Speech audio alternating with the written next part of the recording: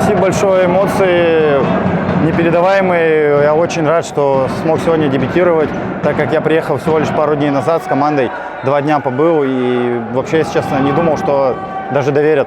А сегодня, когда смены 3 сыграл, я очень рад, очень счастлив, что дебютировал за такой большой клуб. Ну, конечно, не самый удачный дебют в плане результата, но ничего страшного.